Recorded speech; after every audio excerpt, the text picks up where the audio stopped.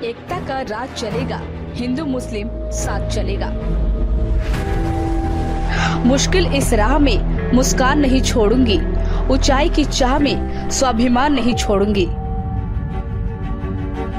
महुआ विधानसभा क्षेत्र के दोनों प्रखंड के अंतर्गत विभिन्न पंचायतों में पिछले 3 सालों से मेडिकल कैंप लगाकर लोगों की सेवा में तत्पर। कोरोना जैसे महामारी को आए हुए 5 महीने हो गए जब शहर के सारे डॉक्टर और हॉस्पिटल बंद है, लेकिन इन्होंने इस संकट की घड़ी में भी लोगों की सेवा में लगे हुए हैं अपने अस्पताल के माध्यम से।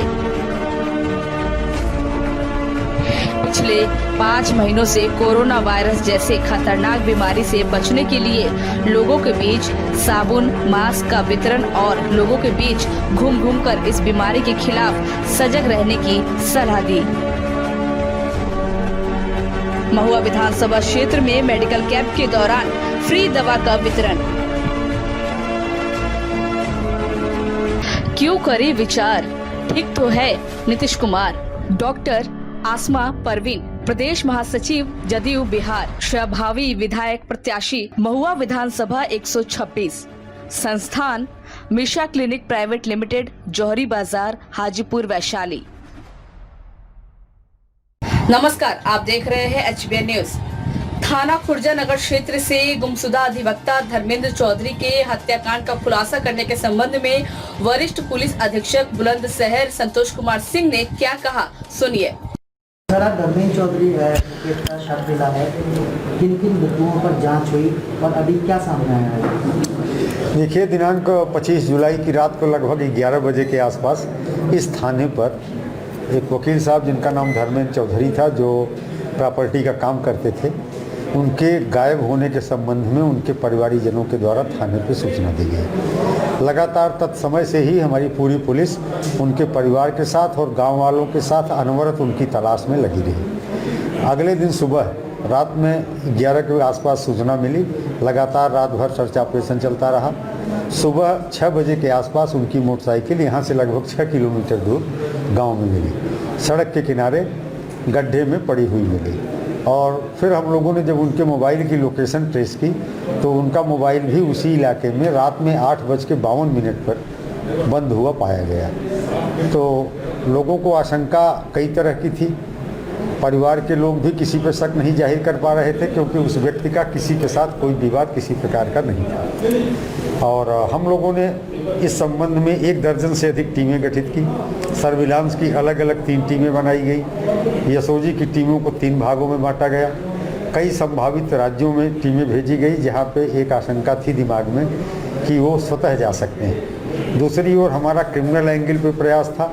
तमाम सर्विलांस और तरीकों से जांच करने के बावजूद कहीं से भी कोई क्रिमिनल लिंक इस प्रकरण में मिल नहीं पा रहा था, क्योंकि जो भी स्थिति इनके मोबाइल की थी, जो रूट था और उस रूट पे आने जाने वाले जो लोग थे, उन सब के लगातार सर्विलांस में प्रयास के बावजूद कोई सफलता नहीं मिल पा रही थी। लास्ट में जानकारी ये थी कि ये 8:06 पे 25 तारीख की रात को 8:06 पे अपने अभिन्न मित्र विवेक उर्फ विक्की के यहाँ खाना खाने के लिए गए थे। अक्सर ये लोग वहाँ पे पार्टी करते थे और वहाँ खाना खाने के उद्देश्य से गए थे। विक्की, जो लगातार इन्हीं लोगों के साथ तलाश में पुलिस के साथ साथ चल रहा था, उसका ये कहना था कि वो जैसे ही पहुँचे हैं थोड़ी देर बाद एक फ़ोन आया है और हेलो हेलो कहते हुए बाहर निकले और बोले 5 मिनट में आ रहा हूँ। लेकिन जब 2 घंटे तक नहीं आए तो विक्की का कहना है कि हम लोगों ने खाना नहीं खाया और हम अपने घर चले गए अपने दोनों नौकरों के साथ। विक्की का कहना था कि वहाँ पर केवल 3 लोग थे, विक्की, उसके दोनों नौकर और ये धर्मेंद्र चौधरी, जो वहाँ केवल 5 मिनट के लिए आए थे। जितने CCTV कैमरे पूरे शहर में थे, सबका 24 घंटे तक का परीक्षण किया गया। इनकी मोटरसाइकिल किसी भी कैमरे में जाती हुई नहीं दिखाई पड़ी और IDPR, SLID तमाम तरीक़ों से लगातार अन्वेषण करने के बाद हम लोगों ने पाया कि विक्की की लोकेशन दुकान से उसके घर तक थी। जो टाइमिंग उसके द्वारा बताई जा रही थी बिल्कुल सही थी।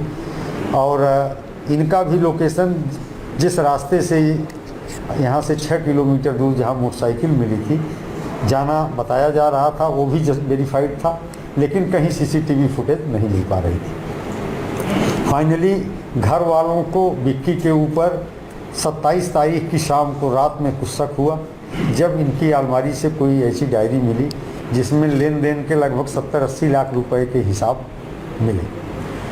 तब घर वालों ने तब इस बात को हम लोगों से शेयर किया कि विक्की जो है पैसे ब्याज पे 4% ब्याज पर विक्की को पैसे धर्मेंद्र चौधरी देते थे, और उस डायरी से पता चला कि केवल एक महीने का ब्याज जमा था।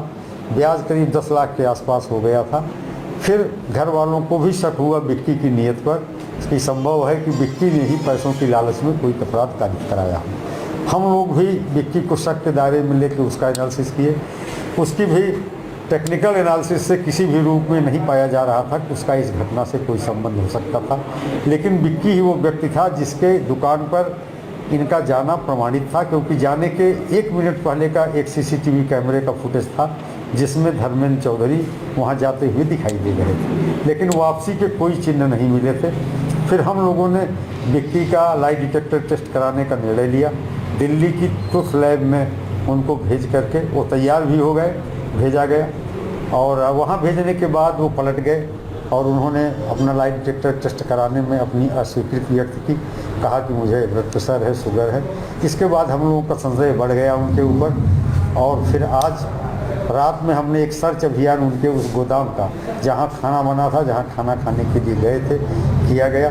लगातार 3 घंटे के अथक प्रयास के बाद उसी गोदाम के अंदर एक गड्ढा था जो सीमेंटेड था। उस गड्ढे के अंदर से हल्की हल्की बदबू आ रही थी। उस गड्ढे को खुदवाया गया, उसमें टाइल्स पड़ी हुई थी। टाइल्स जैसे जैसे हटती गई, दुर्गंध बढ़ती गई।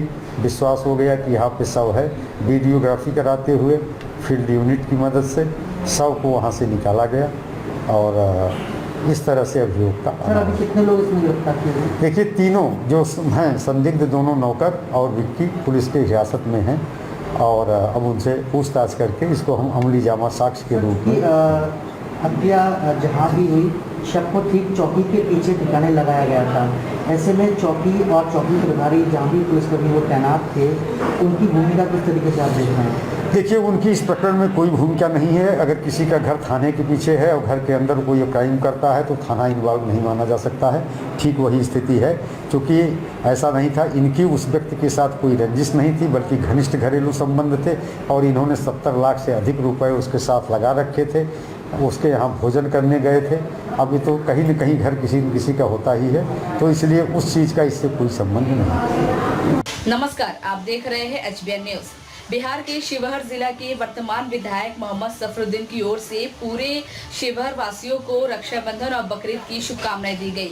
वहीं उन्होंने शिवहर वासियों से अपील की कि भाईचारा बनाकर सभी त्योहार को मिलजुल कर मनाएं। बिहार के शिवहर जिला के वर्तमान विधायक मोहम्मद सफरुद्दीन के तरफ से पूरे शिवहर वासियों को ईद उल जोहा और रक्षाबंधन की हार्दिक शुभकामनाएं दी गई। उन्होंने कहा कि पूरे शिवहर वासियों से ये अपील है कि रक्षाबंधन जो कि भाई बहन का त्योहार है, और ईद उल जोहा को प्यार और आपसी भाईचारा बनाते हुए एक दूसरे के साथ मिलजुल कर मनाएं। Bureau report, HBN news. आज हमारा देश कोरोना महामारी से परेशान है। मैं इसके लिए पूरे देशवासियों को, शिवहर के जनता से अपील करते हैं कि इस महामारी से हम सब बचें, अपने आप को इस महामारी से बचाने का कोशिश करें, और ईद उल अजहा और रक्षाबंधन ये दोनों हम लोग के त्योहार में बहुत बड़ा त्योहार है। भाई बहन का रिश्ता है रक्षाबंधन, एक दूसरा का सुरक्षा करते हैं। इसके लिए मैं जिला वासियों को बधाई देता हूँ, आशीर्वाद देता हूँ और धन्यवाद करता हूँ से इस त्योहार में एक दूसरा से भाईचारा बनाते हुए हम लोग ईद उल अजहा और रक्षाबंधन को प्यार से दोनों त्योहार को मनाएं। यही मेरा सब लोगों के साथ दुआ है और आशीर्वाद है।